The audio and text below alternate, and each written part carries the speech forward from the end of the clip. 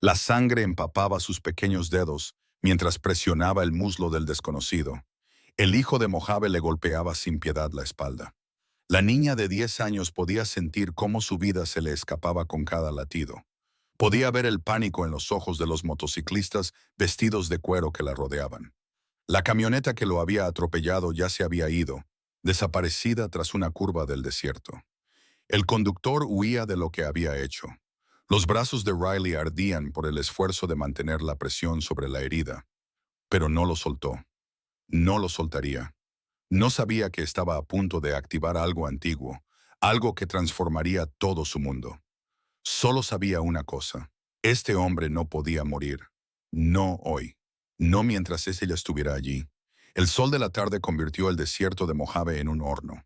Las olas de calor se propagaban por el asfalto agrietado de la Ruta 66 como vidrio líquido. Riley Thompson caminaba por el arcén de la autopista, levantando pequeñas nubes de polvo rojizo con sus zapatillas gastadas. Con cada paso, la niña de 10 años mantenía la vista fija en el suelo, contando sus pasos como siempre hacía cuando volvía a casa del colegio. 137, 138, 139. Su mochila, casi vacía salvo por un cuaderno raído y un estuche, rebotaba contra sus delgados hombros. Los otros niños habían dejado de preguntarle por qué nunca traía el almuerzo hacía 3 meses. Habían dejado de preguntarle casi cualquier cosa.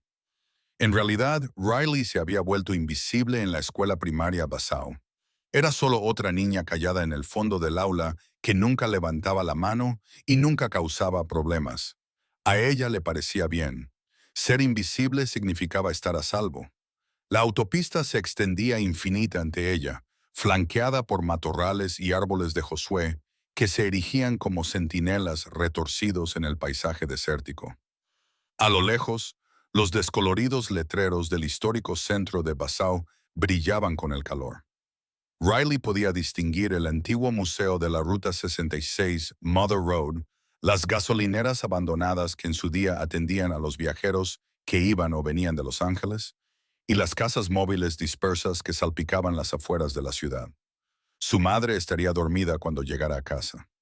Últimamente dormía todo el tiempo, desde que su padre se había marchado hacía 2 años. La caravana en la que vivían estaba situada en las afueras de la ciudad, aislada de las principales zonas residenciales.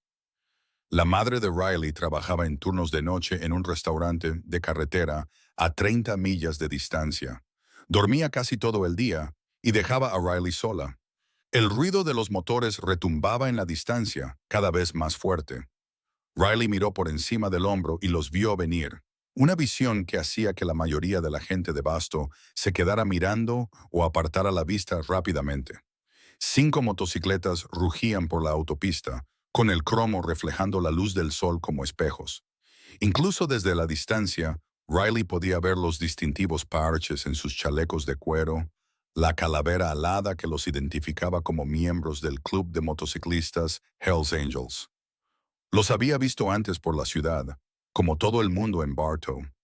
Habían establecido una sede en un antiguo almacén cerca de las vías del tren hacía 5 años, y su presencia se había convertido en parte del paisaje del desierto, como las plantas rodadoras y los remolinos de polvo.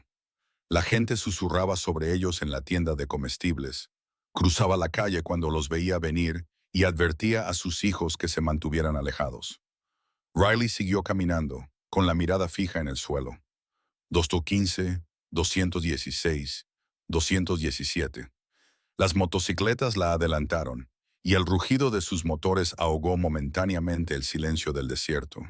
Sintió la ráfaga de aire caliente al pasar y vislumbró rostros barbudos bajo los cascos y las gafas de sol. Luego se adelantaron y se alejaron por el tramo recto de la autopista. Fue entonces cuando Riley oyó el sonido que lo cambiaría todo. El chirrido de los neumáticos sobre el asfalto atravesó el aire del desierto como un cuchillo. Riley levantó la cabeza justo a tiempo para ver una camioneta polvorienta desviarse violentamente de la línea central. El conductor de la camioneta, visible solo por un momento a través del parabrisas, parecía estar mirando algo, con la atención puesta en cualquier lugar menos en la carretera. La motocicleta que iba en cabeza intentó evitar la colisión. El motorista se inclinó con fuerza hacia la derecha, pero no había ningún sitio a donde ir. El impacto se produjo en una fracción de segundo, pero pareció desarrollarse a cámara lenta. El parachoques delantero de la camioneta golpeó la rueda trasera de la motocicleta, haciendo que ésta girara violentamente. El motociclista salió despedido y su cuerpo rodó por el asfalto como un muñeco de trapo antes de detenerse en el arcén de la autopista, a menos de 15 metros de donde Riley permanecía paralizado. La camioneta aceleró, derrapando ligeramente antes de enderezarse y desaparecer tras una curva lejana. El conductor que se dio a la fuga ni siquiera tocó los frenos. Las otras 4 motocicletas se detuvieron con un chirrido, y sus conductores saltaron y corrieron hacia su compañero caído. Riley se quedó paralizada por un momento, con el corazón latiéndole con fuerza en el pecho. Entonces algo dentro de ella se movió, algo que superó el miedo y el instinto de permanecer invisible. Corrió. Sus zapatillas golpeaban el asfalto caliente mientras corría hacia el motociclista caído. Los otros motociclistas aún estaban a 30 metros de distancia, corriendo con fuerza, pero lastrados por sus pesadas botas y chalecos de cuero. Riley llegó primero. El hombre yacía boca arriba, con el casco roto, pero aún en la cabeza. La sangre se acumulaba debajo de él, extendiéndose por el pálido suelo del desierto. Los ojos de Riley se fijaron en el origen, un profundo corte en el muslo izquierdo, donde un trozo del cromado de la motocicleta le había desgarrado los vaqueros y le había atravesado la carne. La sangre era de color rojo oscuro y brotaba con cada latido del corazón. Había visto un documental en la escuela sobre primeros auxilios, sobre cómo aplicar presión para detener la hemorragia. Le temblaban las manos y respiraba entrecortadamente, pero se arrodilló junto al hombre herido y presionó sus pequeñas manos contra la herida. La sangre caliente se filtró inmediatamente entre sus dedos. El hombre gimió y abrió los ojos detrás de la visera agrietada. Riley presionó más fuerte, con los brazos temblando por el esfuerzo. El flujo de sangre disminuyó, pero no se detuvo. «Aguanta», susurró, con una voz apenas audible por los latidos de su propio corazón. «Solo aguanta». Los otros motociclistas llegaron hasta ellos, sus botas derrapando hasta detenerse en la grava. Riley sintió sus sombras caer sobre ella, pero no levantó la vista. No movió las manos. Mantuvo la presión constante, tal y como había visto en el documental. «Llama al 911», gritó uno de los hombres, con voz ronca por el pánico. «Jackson se está desangrando». «Ya lo estoy haciendo», respondió otra voz. «La ambulancia viene desde Victorville. 15 minutos». «No tiene 15 minutos», dijo una tercera voz, más baja y controlada que las demás. «Mira toda esa sangre». «El chico tiene presión», dijo la primera voz, y Riley sintió una mano grande posarse suavemente sobre su hombro. «Lo estás haciendo bien, pequeña. Mantén la presión tal y como lo estás haciendo». Riley asintió, sin atreverse a hablar. Ahora tenía las manos completamente cubiertas de sangre, pegajosa y caliente por el calor del desierto. El hombre herido, Jackson, la miraba a través de su visor, con los ojos enfocando y desenfocando. «¿Cómo te llamas, cariño?», preguntó el hombre con la mano en su hombro. Su voz era ahora más suave, tratando de mantenerla tranquila. «Riley», logró decir ella. «Riley, soy Crow. Puede que le haya salvado la vida a Jackson. ¿Puedes mantener la presión unos minutos más?» Ella asintió de nuevo, presionando con más fuerza. Sus brazos empezaban a arder por el esfuerzo, pero no cedió. Los ojos de Jackson seguían fijos en ella, y podía ver algo en ellos. Reconocimiento, tal vez, o gratitud. El sonido de las sirenas se elevó en la distancia, cada vez más fuerte. La visión de Riley empezaba a nublarse. No sabía si era por el calor, por el shock o por otra cosa. Pero no se movió. No dejó de presionar la herida, aunque sus brazos gritaban de dolor. «Eres una niña valiente», dijo Crow en voz baja, con la mano aún sobre su hombro. «Más valiente que la mayoría de los adultos que conozco». La ambulancia apareció en el horizonte, con sus luces rojas y blancas parpadeando contra el azul cada vez más intenso del cielo del desierto. Riley aguantó, con sus pequeñas manos manchadas de sangre como único obstáculo entre Jackson y la muerte, hasta que llegaron los paramédicos y la apartaron con delicadeza. Mientras observaba cómo trabajaban, con los brazos temblorosos y las manos cubiertas de la sangre de un desconocido, Riley Thompson no sabía que acababa de activar algo antiguo e inquebrantable. Un código que se remontaba décadas atrás, a través de innumerables kilómetros y generaciones de motociclistas. No sabía que, al salvar la vida de Jackson Miller, acababa de cambiar la suya para siempre. Pasaron 3 días antes de que Riley se enterara de todo lo que había sucedido en la Ruta 66. Las noticias locales habían cubierto el accidente con fuga, describiendo cómo un motociclista no identificado había sido atropellado por una camioneta que huyó del lugar. El informe mencionaba que una joven transeúnte había prestado los primeros auxilios, pero no daba el nombre de Riley. Ella agradeció ese pequeño detalle. Su madre ni siquiera se había dado cuenta de las manchas de sangre en la ropa de Riley. Cuando Riley llegó a casa esa noche, se lavó la sangre de las manos en el lavabo del baño hasta que el agua salió limpia y tiró la camiseta y los vaqueros manchados a la lavadora. Su madre ya se había ido a su turno de noche. A la mañana siguiente, la madre de Riley había dormido todo el día, como de costumbre, sin preguntarle dónde había estado ni qué había hecho.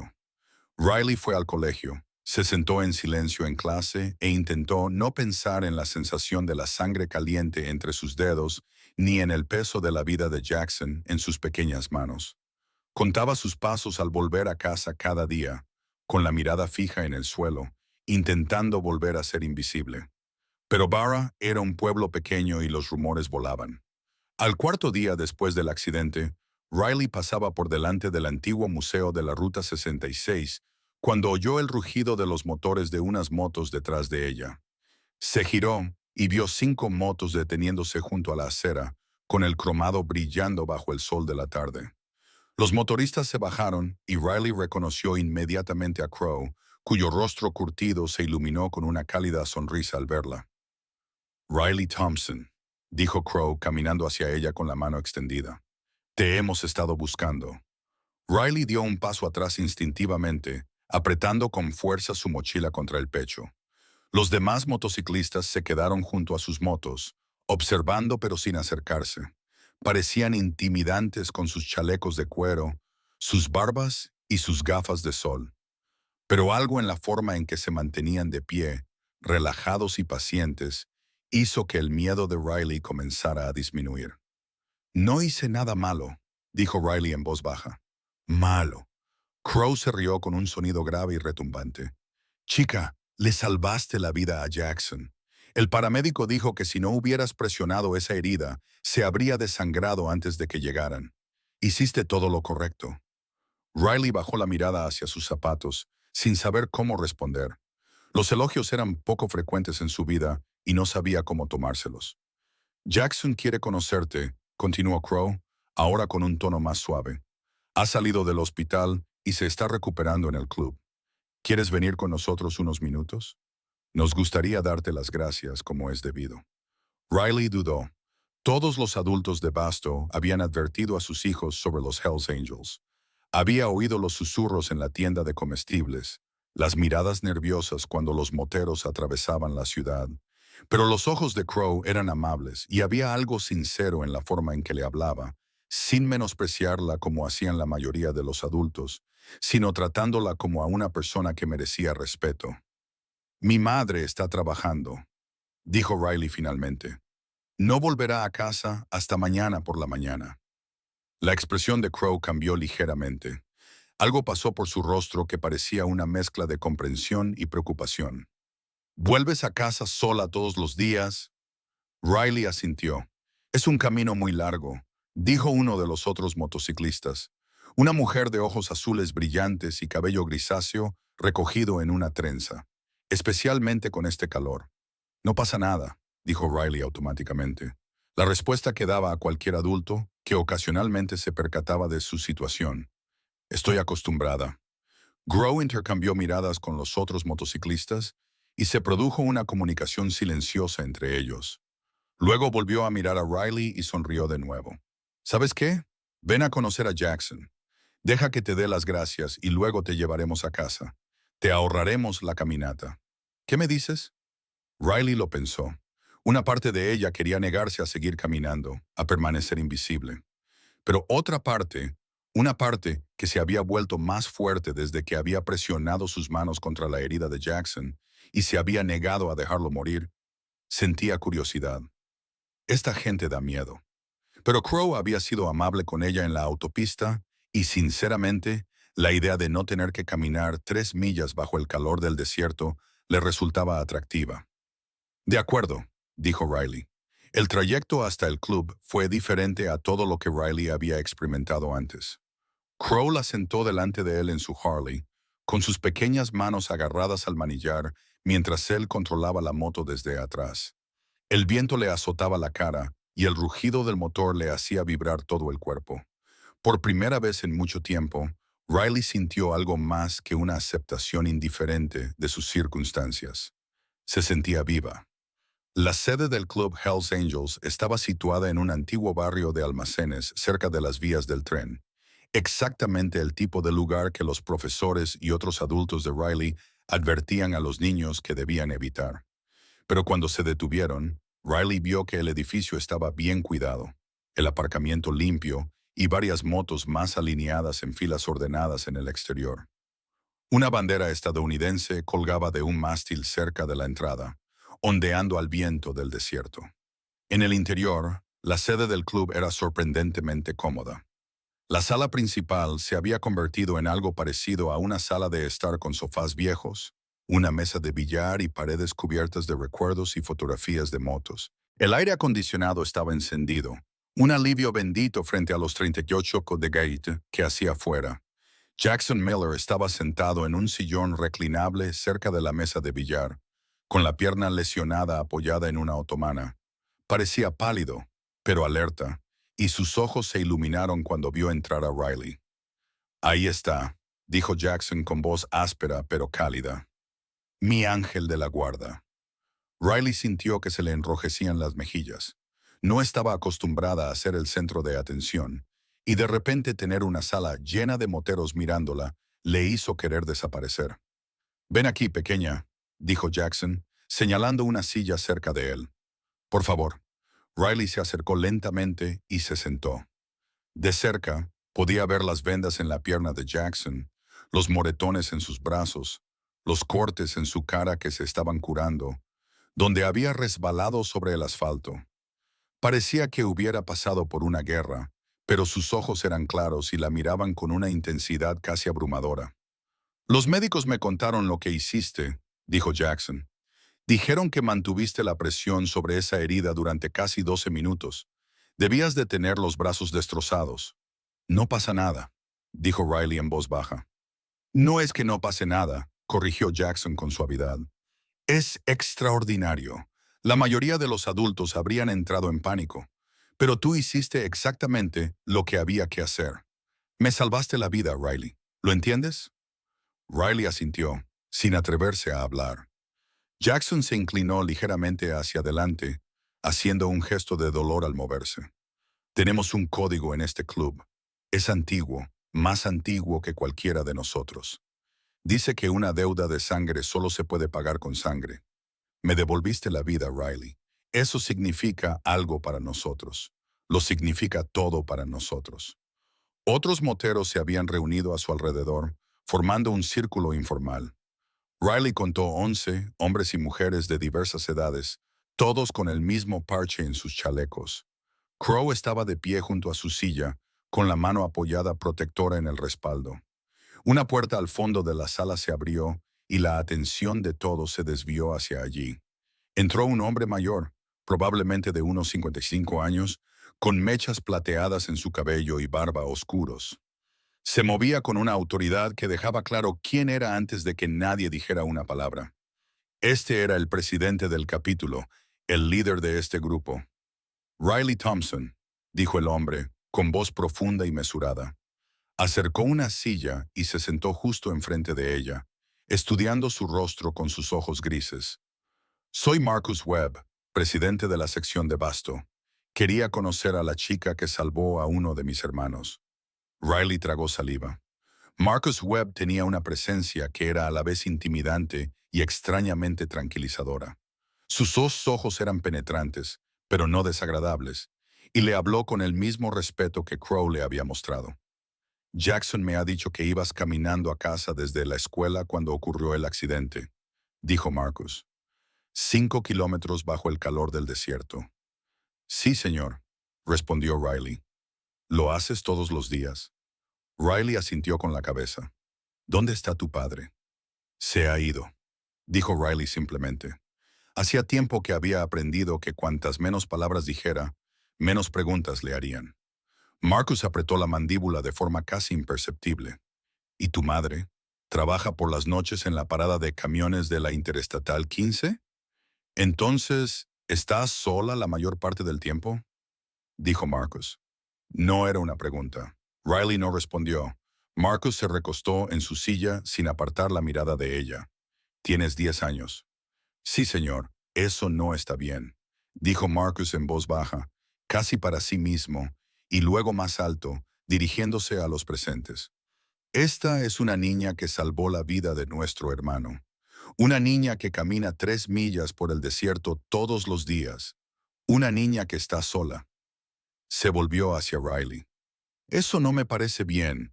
¿A alguno de ustedes le parece bien? Un coro de no, señor, y movimientos de cabeza negativos recorrió la sala. Marcus asintió con la cabeza, como confirmándose algo a sí mismo. Riley, quiero preguntarte algo y quiero que seas sincera conmigo. ¿Hay alguien que te cuide? ¿Que realmente te cuide? Riley sintió que las lágrimas le picaban en los ojos, una sensación desconocida. Se había vuelto tan buena en no llorar, en no sentir nada, que la emoción repentina la tomó por sorpresa. Sacudió la cabeza, incapaz de hablar. Marcus extendió la mano y la colocó suavemente sobre la de ella. Entonces lo haremos nosotros, dijo simplemente. Si nos dejas. Riley levantó la vista, confundida. ¿Qué quieres decir? Quiero decir que has salvado a uno de los nuestros y nosotros cuidamos de los nuestros, explicó Marcus. A partir de hoy estás bajo la protección de la sección Barasto de los Hells Angels. Eso significa que siempre tendrás un lugar al que ir, gente a la que llamar y una familia que te respaldará. Ningún niño que haya salvado la vida de mi hermano volverá a estar solo jamás. La sala estalló en un coro de aprobación. Los moteros asintieron y murmuraron su apoyo. Riley se sintió abrumada. Su mente luchaba por procesar lo que estaba pasando. Estas personas, estos intimidantes desconocidos a los que todo el pueblo temía, le estaban ofreciendo algo que había echado en falta durante 2 años. Una familia. No lo entiendo, susurró Riley. ¿Por qué harían esto?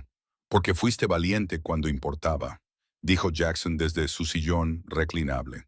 Porque no dudaste en ayudar a alguien que lo necesitaba y porque nosotros nunca olvidamos nuestras deudas.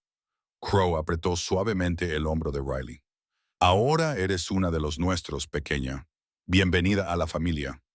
Marcus se levantó y el resto de la sala hizo lo mismo. Riley Thompson, a partir de hoy estás bajo la protección total de este capítulo. Si alguien se mete contigo, se mete con todos nosotros. Si necesitas algo, llama. Si tienes miedo, llama. Si tienes hambre, llama. ¿Entendido? Riley asintió con la cabeza, con lágrimas corriendo libremente por sus mejillas. No recordaba la última vez que alguien se había preocupado por si tenía hambre, miedo o se sentía sola. Bien, dijo Marcus, su expresión severa suavizándose en una sonrisa. Ahora vamos a buscarte algo de comer. Parece que te vendría bien una comida decente. Mientras los moteros se dispersaban para preparar comida y bebida, charlando y riendo con camaradería, Riley se sentó en su silla e intentó asimilar el cambio radical que acababa de producirse en su vida. Había entrado en ese almacén como una niña invisible y solitaria de 10 años, sin nadie en quien confiar. Se marchaba como la hermana de alguien, la familia de alguien, alguien a quien valía la pena proteger. Y por primera vez en 2 años, Riley Thompson no se sentía sola. Las 2 semanas siguientes pasaron como un sueño del que Riley temía despertar. Fieles a su palabra, Los Hells Angels la habían acogido bajo su protección en todos los aspectos importantes. Crow o alguno de los otros miembros la recogían todos los días del colegio, ahorrándole el largo camino a casa. Se aseguraban de que tuviera dinero para el almuerzo, que su ropa estuviera limpia y que tuviera material escolar. Las mujeres del club, lideradas por la mujer de la trenza, que se llamaba Sarah, llevaron a Riley a comprar zapatos nuevos y una mochila adecuada. Pero era más que solo cosas materiales. Por primera vez en años, Riley tenía gente que le preguntaba cómo le había ido el día, que le ayudaba con los deberes, que se aseguraba de que estuviera a salvo. La sede del club se convirtió en su segundo hogar, un lugar donde siempre era bienvenida y nunca invisible. Su madre apenas notó el cambio. Las pocas veces que Riley intentó hablarle de sus nuevos amigos, su madre se limitó a asentir distraídamente y volvió a dormirse o se fue a trabajar.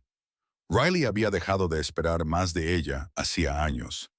Riley estaba sentada en una de las mesas de la sede del club un sábado por la tarde haciendo los deberes de matemáticas, mientras Sarah la ayudaba a entender las fracciones, cuando Marcus entró con expresión severa.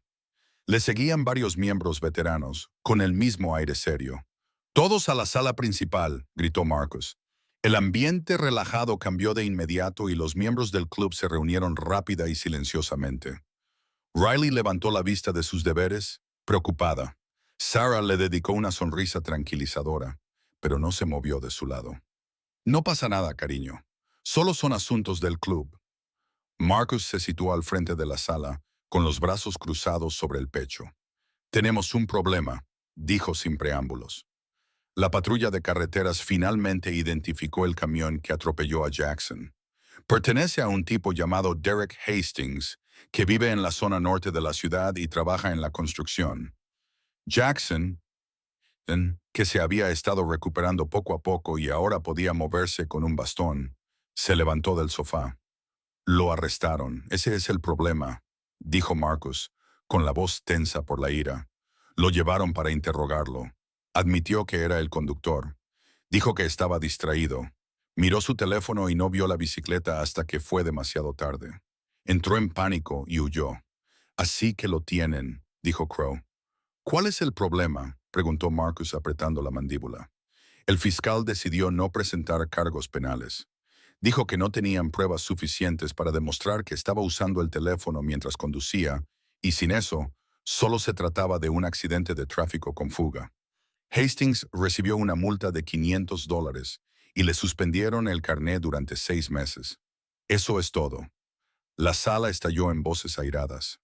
Riley observó cómo los motociclistas expresaban su indignación, su sensación de injusticia. Jackson podría haber muerto. Riley había sostenido su vida en sus manos mientras su sangre empapaba la arena del desierto, y el responsable solo recibía una leve reprimenda. «Eso no está bien», dijo Jackson, con una voz que se imponía por encima del ruido. Todos se quedaron en silencio. «Podría haber muerto. La única razón por la que estoy aquí es porque un niño de 10 años tuvo más valor y presencia de ánimo que ese pedazo de basura cuando huyó. El sistema legal nos ha fallado», dijo Marcus.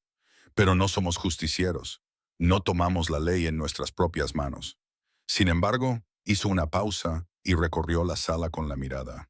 «Podemos asegurarnos de que Derek Hastings comprenda la gravedad de lo que hizo. Podemos asegurarnos de que sepa que hay consecuencias, aunque los tribunales no las impongan».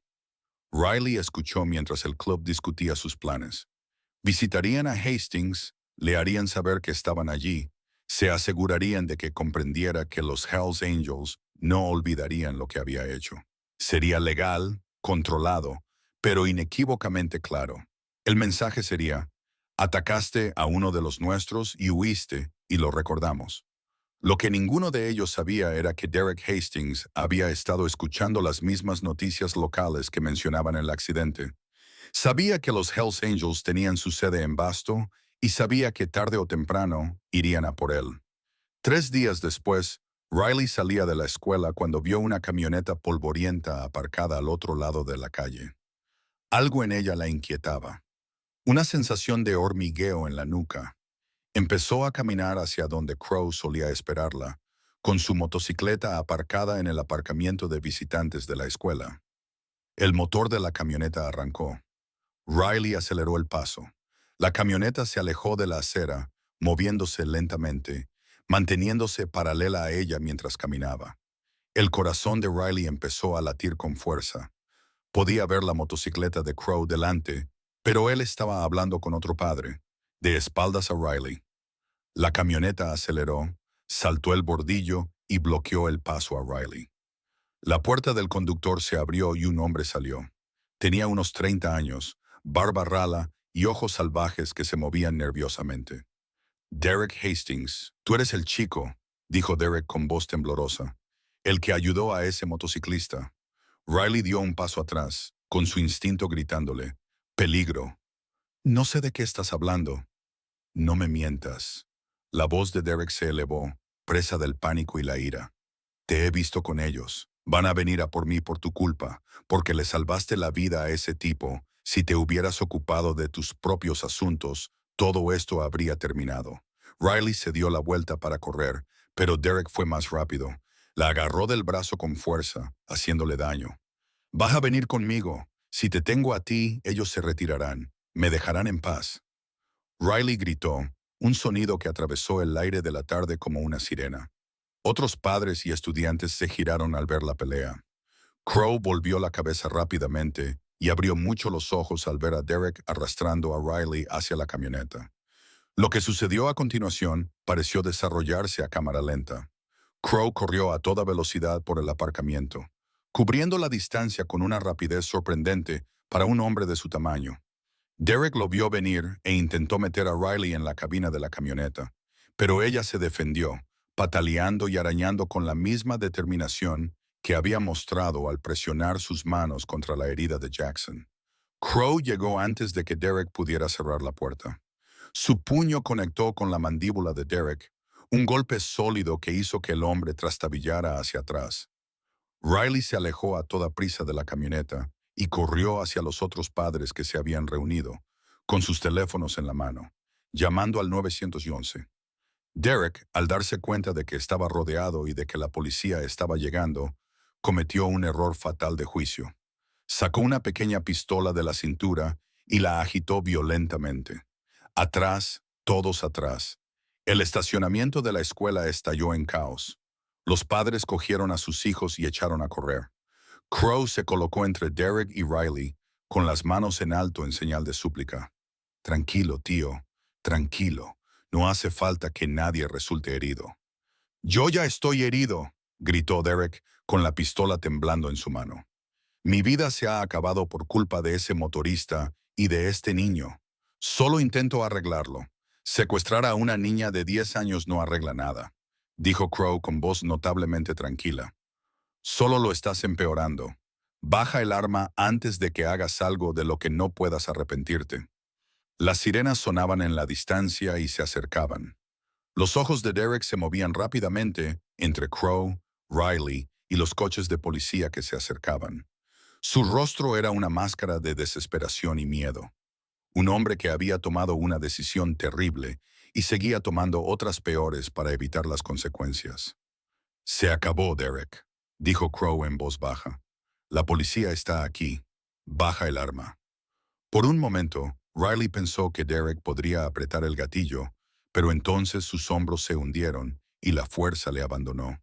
Dejó caer la pistola sobre el asfalto y levantó las manos cuando 3 coches patrulla entraron chirriando en el aparcamiento. Los agentes rodearon a Derek, lo redujeron y lo esposaron mientras le leían sus derechos. Uno de los agentes se acercó a Riley y Crow para tomarles declaración. A Riley le temblaban las manos. El bajón de adrenalina la estaba afectando mucho.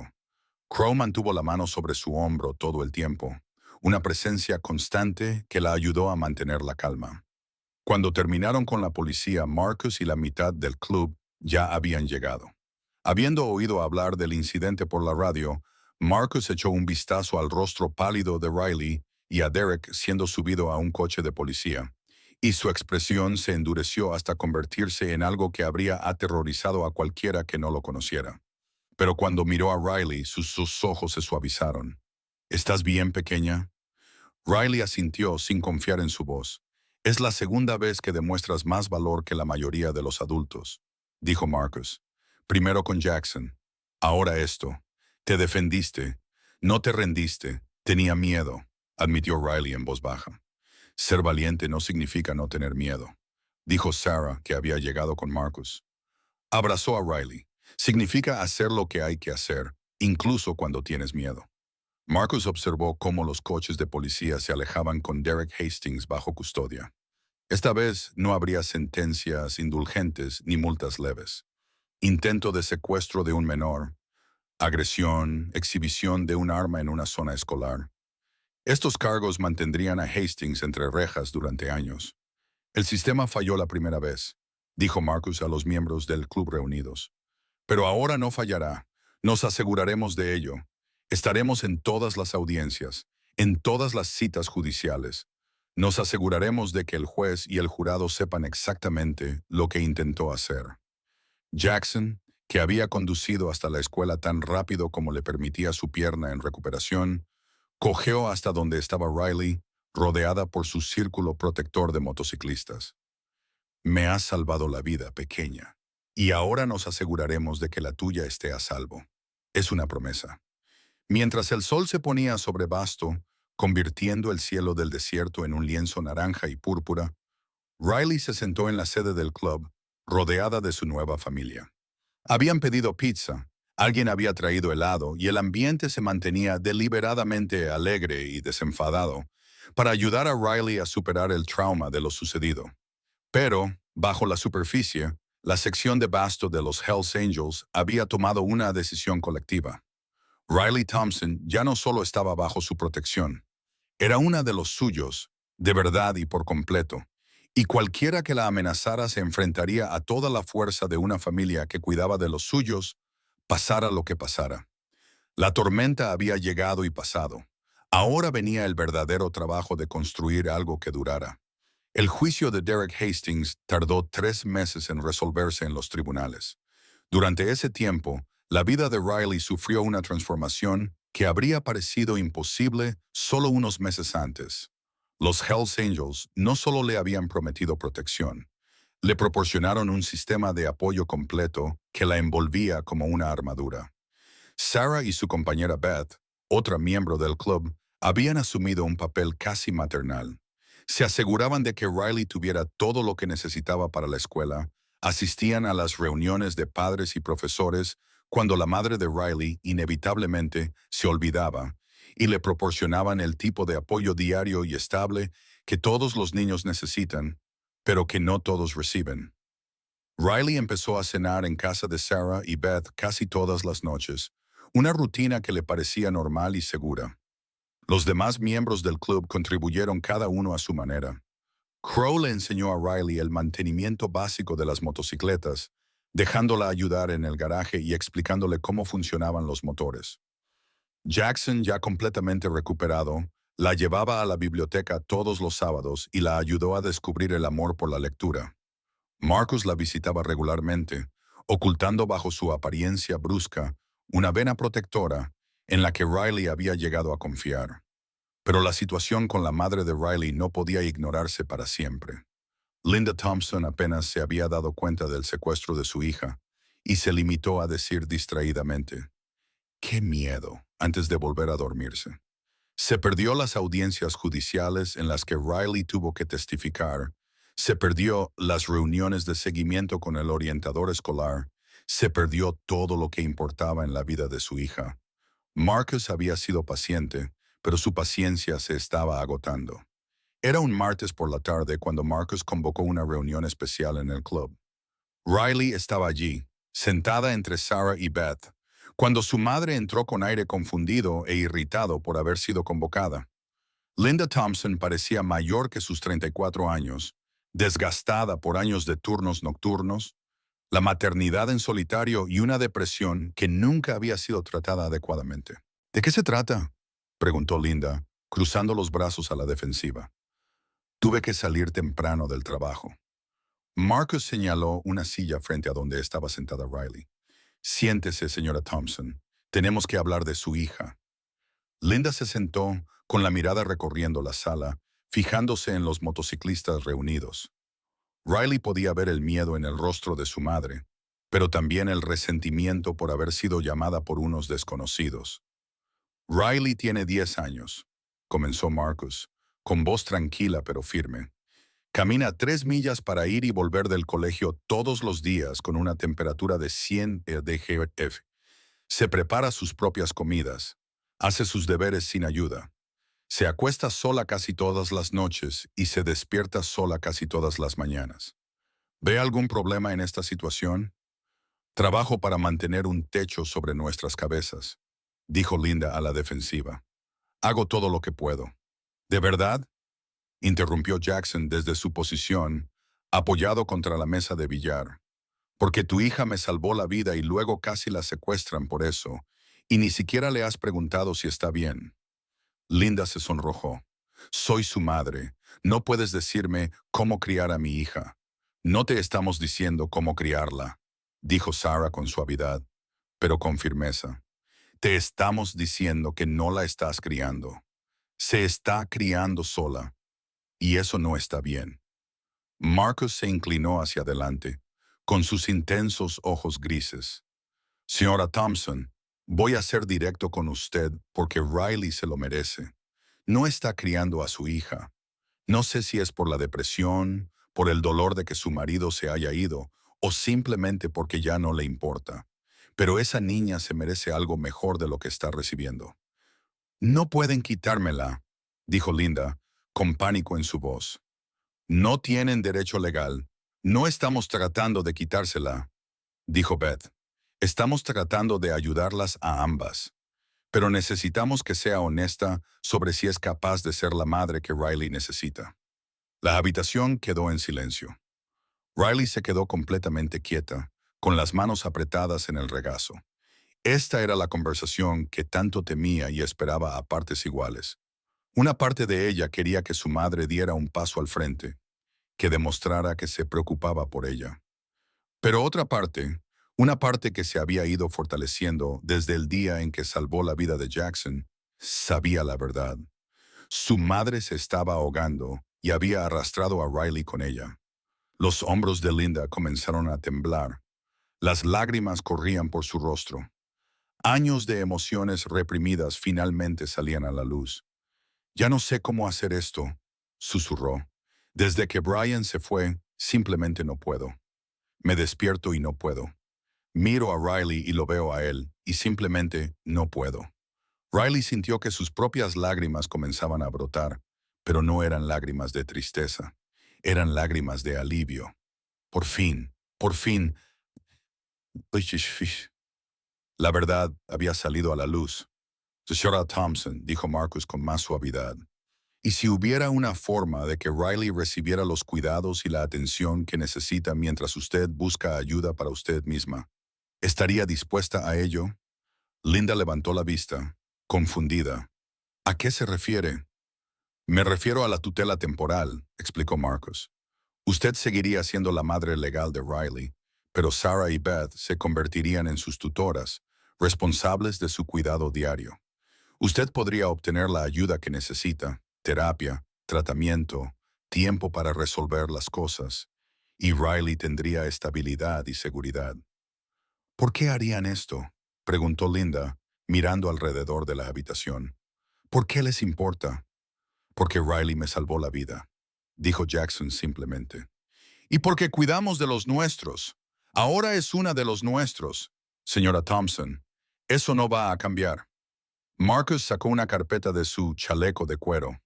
He pedido a un abogado que redacte los documentos para la tutela temporal de Sarah Walsh y Beth Carpenter, sin que se vean afectados tus derechos parentales. Podrás visitar a Riley cuando quieras, formar parte de su vida, pero la responsabilidad diaria recaerá en personas que están preparadas y son capaces de asumirla.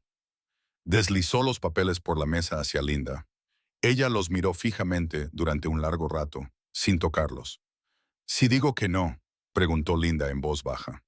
Entonces iremos a los tribunales, dijo Marcus, con tono arrepentido pero firme.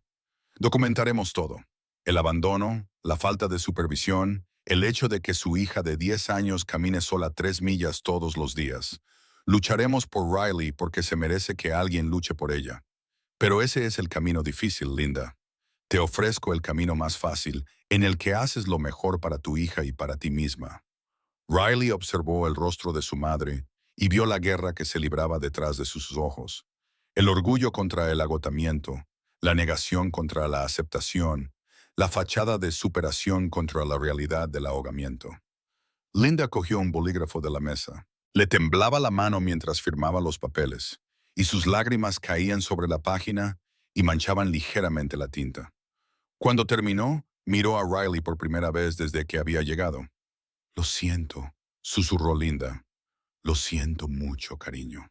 Riley se levantó y se acercó a su madre, dejando que Linda la abrazara. Era el primer abrazo de verdad que se daban en meses. «No pasa nada, mamá», dijo Riley en voz baja. «Ahora las dos vamos a estar bien». Después de que Linda se marchara, prometiendo empezar terapia y mantenerse en contacto, Riley volvió a sentarse entre Sarah y Beth. El peso que había estado presionándola durante 2 años ahora se sentía más ligero. No había desaparecido, pero era manejable. Así lo dijo Sarah, rodeando con un brazo los hombros de Riley. «¿Cómo te sientes al tener 2 mamás en lugar de una?» Riley sonrió, una sonrisa auténtica que le llegaba a los ojos. «Me siento bien al respecto». «Bien», dijo Beth, «porque hemos estado arreglando la habitación de invitados. Pensamos que tal vez querrías ayudarnos a decorarla». Marcus se puso de pie y se dirigió a los presentes. «Riley Thompson está oficialmente bajo la tutela de Sarah Walsh y Beth Carpenter, con el pleno apoyo y protección de este capítulo. ¿Alguien tiene algún problema con eso?» Un coro de «No, señor», resonó en el club. «Bien», dijo Marcus, y luego le sonrió a Riley. «Bienvenida a casa, pequeña». La fiesta que siguió fue espontánea y alegre. Alguien trajo un pastel. Otro puso música. Riley se vio envuelta en abrazos y bienvenidas, y cada miembro del club se aseguró de que supiera que pertenecía al grupo. Jackson la apartó en un momento dado, cojeando con su bastón. «¿Sabes qué es lo más loco?», dijo. «Me atropelló un camión, casi muero, y resultó ser una de las mejores cosas que me han pasado nunca». «¿Cómo?», preguntó Riley confundida. «Porque te trajo a nuestras vidas», respondió Jackson. «Tú me salvaste ese día en la autopista, Riley, pero nos has salvado a todos de una manera diferente. Nos has recordado lo que realmente somos: familia, protección, cuidar de las personas que lo necesitan». Le revolvió el pelo con cariño. «Gracias por eso». A medida que avanzaba la noche y la celebración continuaba a su alrededor, Riley se quedó junto a la ventana, contemplando el desierto de Basto, bañado por la luz de la luna. 6 meses atrás, había sido invisible, solitaria, caminando 3 millas bajo el calor sin nadie que se preocupara por si llegaba sana y salva a casa. Ahora tenía una familia de verdad, elegida no por lazos de sangre, sino por el honor, el coraje y el amor. Los Hells Angels tenían fama de ser peligrosos, de ser forajidos, de ser personas a las que la sociedad decente temía y evitaba. Pero Riley sabía la verdad.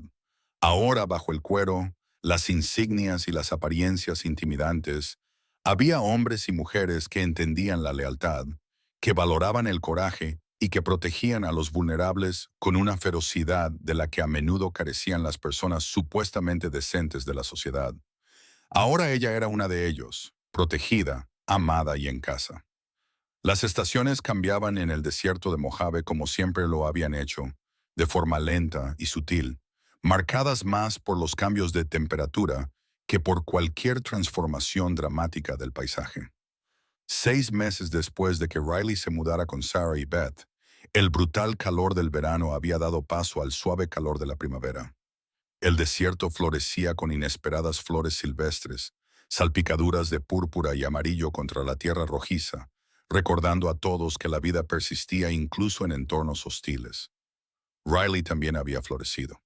La chica delgada y callada que había caminado sola por la Ruta 66 se había convertido en una joven segura y comprometida, con un sólido sistema de apoyo y un futuro lleno de posibilidades. Se unió al club de ciencias de la escuela, hizo amigos de su edad y descubrió una pasión por la medicina de urgencias que se había despertado aquel día en la autopista. Pero hoy era un día especial. Hoy la sección de Bartow de los Hells Angels celebraba su reunión anual de primavera, un día en el que los miembros de otras secciones visitaban, las familias se reunían y se celebraban y reforzaban los lazos que unían a la hermandad.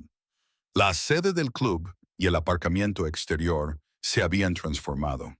En largas mesas se colocó la comida traída por docenas de personas. Una banda se instaló en una esquina para tocar rock clásico y los niños corrían y jugaban mientras sus padres observaban y charlaban. Para un extraño parecía cualquier otra reunión comunitaria, pero las insignias en los chalecos de cuero y el rugido de docenas de motocicletas contaban una historia diferente. Riley ayudó a Sarah a preparar otra mesa con comida, colocando cuidadosamente los platos y las servilletas tal y como Sarah le había enseñado. Sus nuevas madres habían sido maestras pacientes, enseñándole a Riley no solo cómo hacer las tareas, sino también por qué eran importantes. La importancia de la hospitalidad, de hacer que la gente se sintiera bienvenida, de construir una comunidad a través de pequeños gestos de atención. Riley se giró y vio a Jackson caminando hacia ella, moviéndose sin su bastón, ya completamente curado. Junto a él caminaba una mujer que Riley no había visto antes, probablemente de unos veintitantos años, con cabello oscuro y una cálida sonrisa. «Hay alguien a quien quiero presentarte», dijo Jackson con una amplia sonrisa. «Riley, esta es mi hermana, Amanda. Había venido en coche desde San Diego para la reunión». «Hola, Riley», dijo Amanda, extendiendo la mano. Riley se la estrechó, notando los mismos callos que tenía Jackson por llevar años montando en moto. «He oído hablar mucho de ti. Mi hermano le cuenta a todo el mundo que le escucha lo valiente que fuiste al salvarle la vida». Riley sintió que se le enrojecían las mejillas. «Solo hice lo que cualquiera habría hecho». «Eso no es cierto», dijo Amanda con tono serio. «La mayoría de la gente se habría quedado paralizada o habría entrado en pánico. Tú actuaste. Y gracias a eso mi hermano sigue aquí. Mi sobrina sigue teniendo a su tío. Yo sigo teniendo a mi hermano mayor». Se le humedecieron los ojos. «Gracias no parece suficiente, pero gracias». Abrazó a Riley y ésta sintió la emoción genuina de ese abrazo. Eso era lo que sus acciones habían preservado. No solo una vida, sino el efecto dominó de esa vida en familias, relaciones y futuros. A medida que avanzaba el día, Riley fue presentada a docenas de personas, cada una con su propia conexión con el club y su propia historia. Conoció a la presidenta de la sección de Oakland, una mujer imponente llamada Thunder, que le dio a Riley una insignia que decía miembro honorario y le dijo que era bienvenida en cualquier club del país. Conoció a familias con niños pequeños que jugaban juntos mientras sus padres los observaban, creando la próxima generación de esta inusual familia extendida. Pero el momento más significativo llegó cuando el sol comenzó a ponerse, pintando el cielo del desierto con tonos naranjas y carmesí. Marcus pidió la atención de todos, y su voz se extendió por toda la reunión. La multitud se quedó en silencio, y todas las miradas se dirigieron a la presidenta de la sección.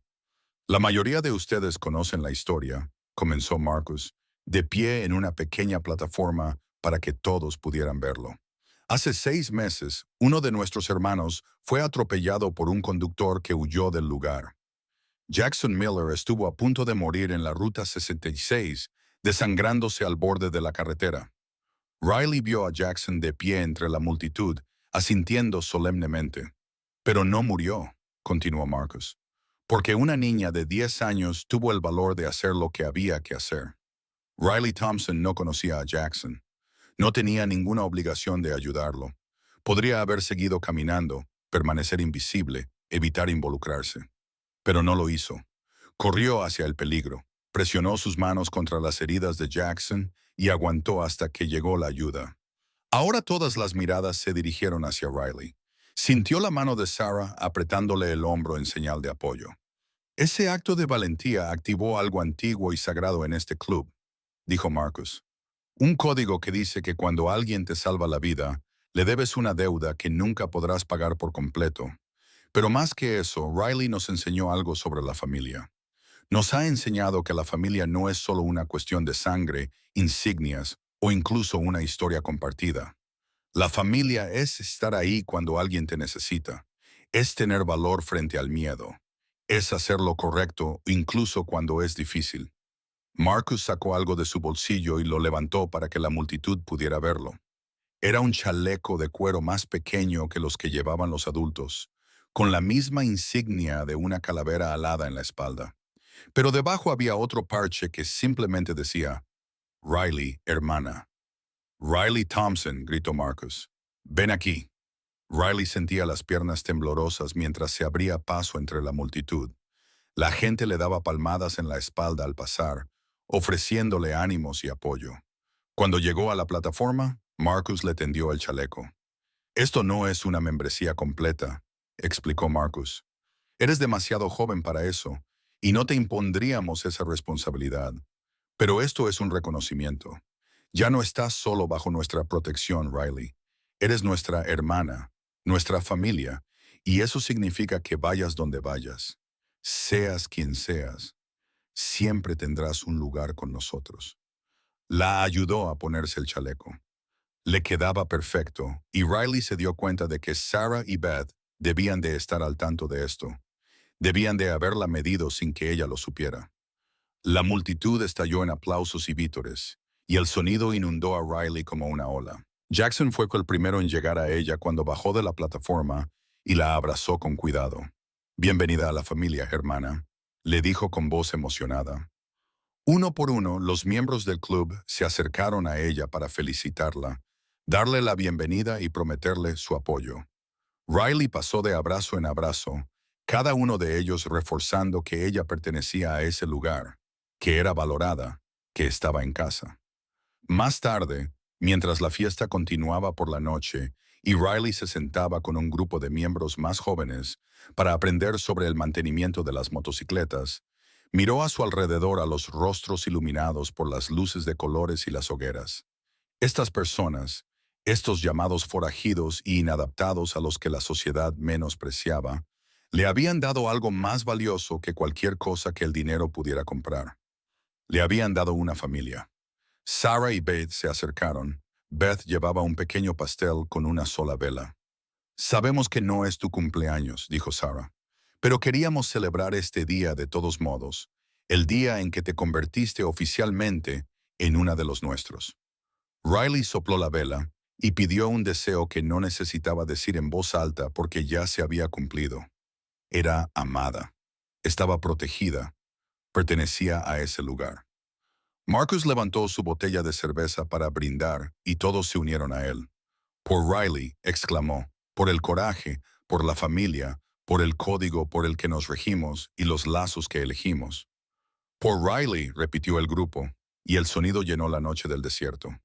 Mientras Riley estaba sentada rodeada de su nueva familia, con su chaleco de cuero abrigándole los hombros y el corazón lleno como nunca antes lo había estado, pensó en aquel día en la Ruta 66. Había estado caminando sola, contando sus pasos, tratando de pasar desapercibida, y entonces tomó la decisión de correr hacia alguien que necesitaba ayuda, de presionar sus pequeñas manos contra sus heridas, de negarse a dejarlo morir. Esa decisión lo había cambiado todo. Había activado un código de honor que ella no sabía que existía. Había traído guerreros y protectores a su vida. Le había demostrado que la familia no tenía que ver con el ADN, los documentos legales o los apellidos compartidos. La familia tenía que ver con estar presente. Tenía que ver con el valor. Tenía que ver con elegir estar al lado de alguien y negarse a marcharse. Riley había salvado la vida de Jackson aquel día, pero en realidad él también había salvado la suya. Todos lo habían hecho. La sección de Bartow de Los Ángeles del Infierno le había dado algo que llevaba mucho tiempo echando de menos. Un lugar al que pertenecer, gente que se preocupaba por ella y un futuro brillante en lugar de sombrío. Linda Thompson había comenzado una terapia y visitaba a Riley cada 2 fines de semana. La relación se estaba recuperando lentamente y tanto la madre como la hija trabajaban para reconstruir la confianza y la comunicación. Linda estaba aprendiendo a ser honesta sobre sus dificultades, y Riley estaba aprendiendo a perdonar. Sarah y Beth habían alentado esta reconciliación, comprendiendo que Riley necesitaba a ambas familias, la que le había dado la vida y la que ella había elegido. El sistema legal también había hecho finalmente su trabajo. Derek Hastings había sido condenado a 8 años de prisión por intento de secuestro, agresión y poner en peligro a una menor.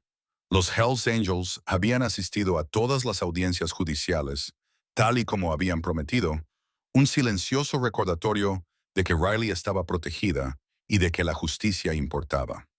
El juez había mencionado específicamente el valor de Riley en sus comentarios sobre la sentencia, señalando que había demostrado una valentía extraordinaria tanto al salvar una vida como al enfrentarse a su agresor en el tribunal. A medida que avanzaba la noche y los niños más pequeños eran llevados a casa para acostarse, Riley se encontró sentada junto a una de las hogueras con Marcus, Jackson, Crow, Sarah y Beth. Hablaron de nada y de todo. Planes para el verano, viajes en moto que querían hacer, los nuevos estudiantes que se unían al Club de Ciencias de Riley. ¿Sabéis en qué pienso a veces mirando las llamas? Dijo Jackson. Pienso en universos paralelos. En algún lugar ahí fuera, hay una versión de mí que murió en esa carretera. Una versión en la que Riley siguió caminando y yo me desangré antes de que llegara la ambulancia. En ese universo, Amanda no tiene hermano. Mi sobrina no tiene tío. A esta familia le falta una pieza. Miró a Riley con los ojos reflejando la luz del fuego. Pero en este universo, un niño de 10 años decidió ser valiente. Y gracias a esa decisión, todo cambió. No es magia, ni destino, ni nada místico. Es solo el coraje y la compasión humanos creando ondas que se extienden más allá de lo que nadie podría predecir. Es muy sabia para su edad, dijo Crow, asintiendo con la cabeza a Riley. Siempre lo ha sido, tenía que serlo, dada la situación a la que se enfrentaba. No tendrá que volver a estar sola, dijo Beth con firmeza, rodeando con el brazo los hombros de Riley. Es una promesa que vamos a cumplir. Riley se apoyó en Beth, sintiéndose segura, arropada y querida. La noche del desierto era fresca, pero agradable. Las estrellas brillaban en el cielo despejado. En algún lugar a lo lejos, un coyote aulló y su voz resonó en el espacio vacío. Gracias, dijo Riley en voz baja. A todos vosotros, por todo. No, pequeña, dijo Marcus, con su voz ronca y suave. Gracias a ti. Nos has recordado lo que realmente somos. Nos has demostrado que el valor no requiere edad, tamaño o fuerza, solo corazón, y tú tienes más corazón que nadie que haya conocido jamás. Mientras el fuego se reducía a brasas y la reunión llegaba lentamente a su fin, Riley sintió una paz que nunca antes había conocido. Había comenzado este viaje como una chica solitaria, caminando por una carretera desierta, invisible para el mundo, convencida de que tenía que enfrentarse a todo sola. Ahora llevaba un chaleco de cuero que la identificaba como miembro de una de las familias más leales y protectoras que existen. Tenía dos madres que la querían, una madre biológica que estaba aprendiendo a estar presente y docenas de tías, tíos y hermanos honorarios que lo dejarían todo si ella los necesitara. Los Hells Angels tenían un dicho: cuando hacemos el bien, nadie lo recuerda. Cuando hacemos el mal, nadie lo olvida. Pero Riley conocía una verdad más profunda. Cuando amaban, amaban por completo. Cuando protegían, protegían con ferocidad. Y cuando aceptaban a alguien en su familia, ese vínculo era inquebrantable. Ella había salvado la vida de Jackson en una calurosa tarde en el desierto de Mojave. Sus pequeñas manos presionaron sus heridas, negándose a dejar que se desangrara. Lo había hecho porque era lo correcto, sin esperar nada a cambio. Pero había recibido todo a cambio: una familia, un hogar, un futuro. Y mientras miraba los rostros de las personas que se habían convertido en su familia elegida, Riley comprendió la lección más importante de todas. La verdadera familia no se define por la sangre, se define por quién aparece, quién se queda y quién se niega a dejarte enfrentarte al mundo solo. Ella nunca caminaría sola.